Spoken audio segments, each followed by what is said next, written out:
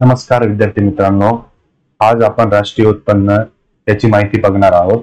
तर राष्ट्रीय उत्पन्नाची बेसिक माहिती आपण जे 11वी-12वीचं पुस्तक आहे त्यामधून आपण बघणार आहोत. तर आता आपण राष्ट्रीय उत्पन्न काय, नॅशनल इन्कम म्हणजे काय, तर हे याच्याबद्दल आपण जी काही माहिती आहे त्याबद्दल सगळी काही माहिती आपण इथं बघणार आहोत. तर चला,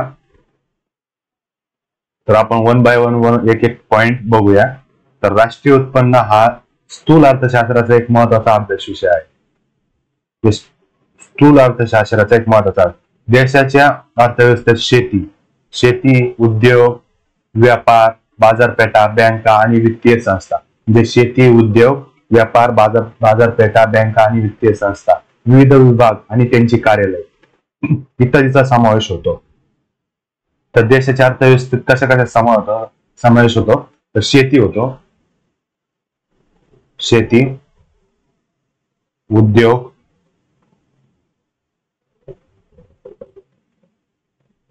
वित्तीय संस्था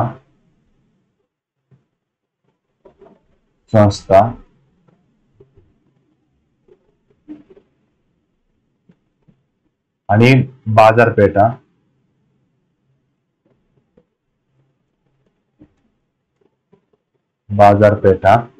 विविध कार्यालय, व्यापार कार्यालय, विविध कार्यालय, तर इत्यादीचा समावेश जो आहे तो भारतीय अर्थव्यवस्थेत होतो. भारतीय अर्थव्यवस्थेत समावेश. तर आता जे राष्ट्रीय उत्पन्न हे उत्पादन, वितरण, विनिमय आणि उपभोग या आर्थिक क्रियांचे एकत्रित मापक आहे. तर कशांचं मापन म्हणजे राष्ट्रीय उत्पन्न, तर उत्पादन जे काही उत्पादन केलं त्याचं मापन करणे, वितरण जे काही आपण डिस्ट्रीब्युशन केलं ते, विनिमय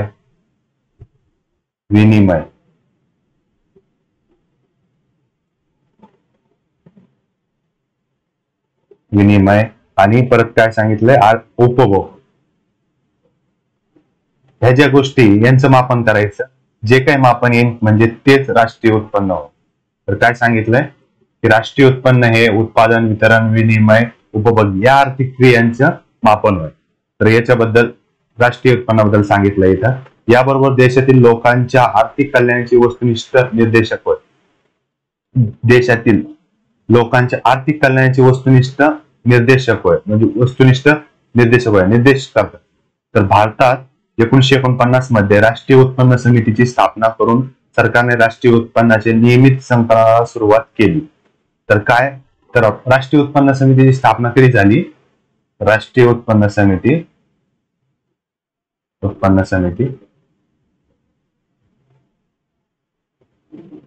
ची स्थापना जी आहे ती 1949 मध्ये झाली. इम्पॉर्टंट आहे, 1949 मध्ये झाली. सद्यस्थितीत केंद्रीय सांख्यिकी संघटन CSO दरवर्षी देशातील राष्ट्रीय उत्पन्न, इतर संबंधित सांख्यिकी आणि माहिती संकलन आकडेवारी प्रकाशित करतात. तर जे CSO आहे तर ते काय करतात, याची जी स्थापना आहे विद्यार्थी मित्रांनो ती 1954 मध्ये झालेली आहे. CSO ची स्थापना जी आहे ती 1954 मध्ये झालेली आहे. आणि याच्याबद्दल काय, तर हे जे आहे ते आकडेवारी प्रकाशित करतात. तसेच काय, आधारभूत वर्ष म्हणजे बेस इयर घोषित करतात हे. तर CSO काय करतात, बेस इयर घोषित करतात. तर आता जे पहिल्यांदा राष्ट्रीय उत्पन्न मोजलं त्याच्यासाठी जे बेस इयर होतं ते 1948 आणि 49 हे होतं. 1948 आणि 49 हे होतं.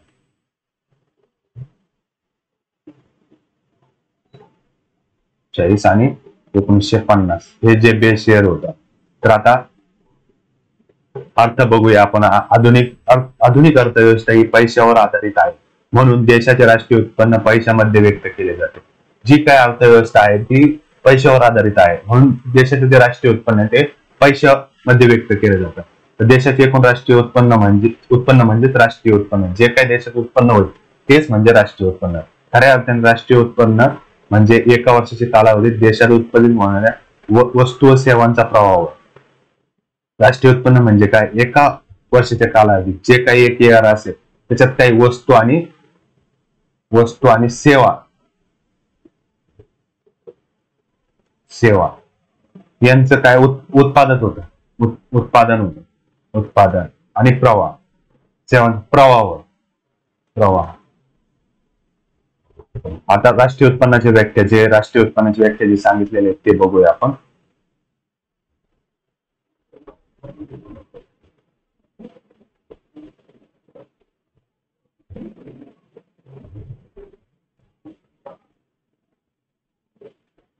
राष्ट्रीय उत्पन्नाची व्याख्या. तर आता राष्ट्रीय उत्पन्न जी व्याख्या सांगितली, राष्ट्रीय उत्पन्न समिती पाहू पहिले. राष्ट्रीय उत्पन्न समिती प्रा.सी. महालनोबिस यांच्या अध्यक्षतेखाली ऑगस्ट 1949 मध्ये नियुक्त केलेल्या राष्ट्रीय उत्पन्न समिती प्रा.डी.आर. गाडगे आणि व्ही.के. आर्वे राव.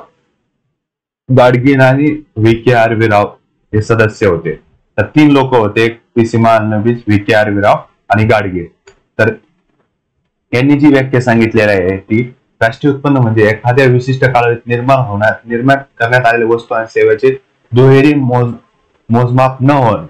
म्हणजे एक वस्तू आहे तिचे दोनदा मोजमाप नाही झाले पाहिजे. म्हणजे गहू आहे, गव्हाचं एकदाच मोजमाप. तुम्ही पिठाचे मोजमाप नाही करू शकत, म्हणजेच एकदाच मोजमाप, गहूचं एकदाच मोजमाप. तर असं सांगितलं की तुम्ही लक्षात ठेवा की राष्ट्रीय उत्पन्न मोजताना एखाद्या विशिष्ट कालावधीत एका वस्तूचे दुहेरी मोजमाप न होणे.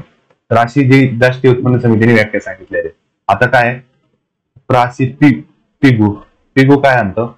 समाजाच्या वस्तुनिष्ठ उत्पन्नाच्या ज्या भागाची पैशात मोजदाद करता येते असा भाग म्हणजे राष्ट्रीय उत्पन्न, म्हणजे पैशाबद्दल. तर पिगू काय म्हणतो? पैशाबद्दल समाजाच्या वस्तुनिष्ठ उत्पन्नाच्या ज्या भागाची पैशात मोजदाद करता येते असा भाग म्हणजे राष्ट्रीय उत्पन्न. या उत्पन्नात निव्वळ विदेशी उत्पन्नाचा समावेश केला जातो. याच्यात काय केलं जातं? निव्वळ विदेशी उत्पन्नाचा समावेश करतो. आयवर फिशर राष्ट्रीय उत्पन्न म्हणजे एका वर्षाची कालावधीत राष्ट्राच्या निव्वळ उत्पादनापैकी जो भाग प्रत्यक्षपणे वापरला जातो असा भाग होय. म्हणजे आता जो निव्वळ उत्पादक असतो, निव्वळ उत्पादनापैकी जे काही निव्वळ उत्पादन होईल त्याच्यापैकी जे उपभोगावर वापरलं जाणार आहे तेच म्हणजे राष्ट्रीय उत्पन्न. उपभोगावर असं आयवर फिशिंगचं म्हणणं होतं. म्हणजे जो राष्ट्राचा निव्वळ उत्पादनापैकी जो भाग, एवढं तुम्ही लक्षात ठेवा, हे राष्ट्राच्या निव्वळ उत्पन्नापैकी जो भाग प्रत्यक्षाने उपभोगासाठी वापरला जातो असा भाग होय. आता राष्ट्रीय उत्पन्नाची वैशिष्ट्ये पाहूया आपण.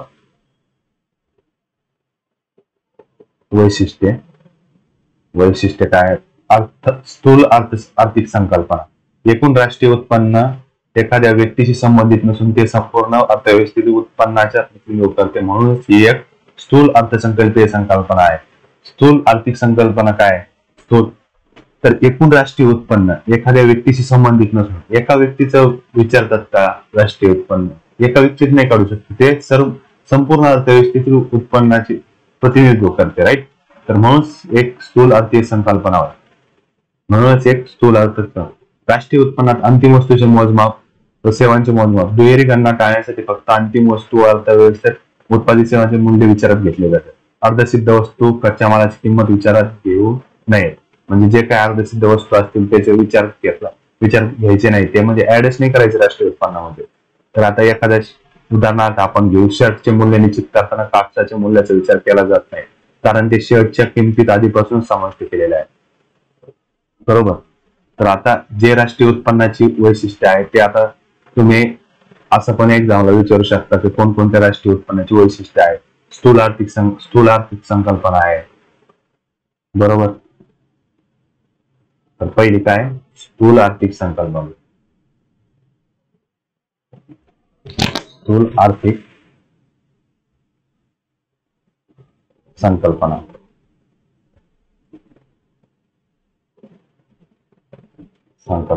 दुसरं काय?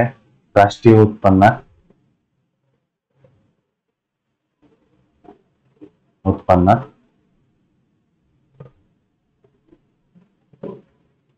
अंतिम वस्तूचे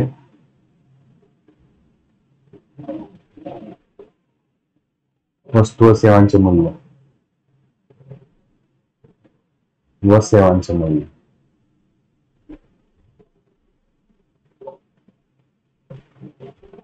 मूल्य वस्तू व सेवांचे मूल्य। तिसरं बघू आपण निव्वळ समग्र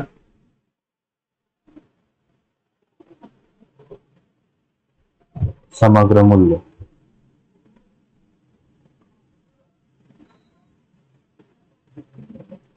समग्र मूल्य। चौथा आहे विदेशी निव्वळ उत्पन्न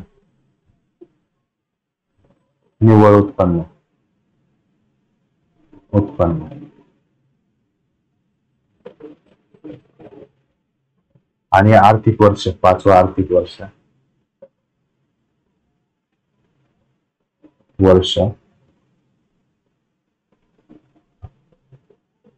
सहावं जे आहे ते बघू आपण प्रवाही संकल्पना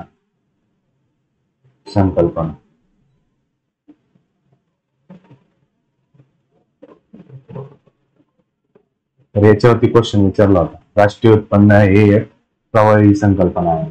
काय सांगितलं होतं की राष्ट्रीय उत्पन्न हे काय प्रवाही संकल्पना आहे।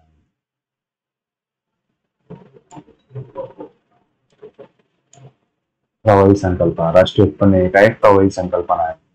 तर पैशात व्यक्त केलेले मूल्य, राष्ट्रीय उत्पन्न नेहमी पैशात व्यक्त केले जातात। ज्या वस्तू व सेवांना पैशाच्या स्वरूपातील मूल्य विनिमय मूल्य असते अशाच वस्तू व सेवांचे समावेश राष्ट्रीय उत्पन्नात केले जाते।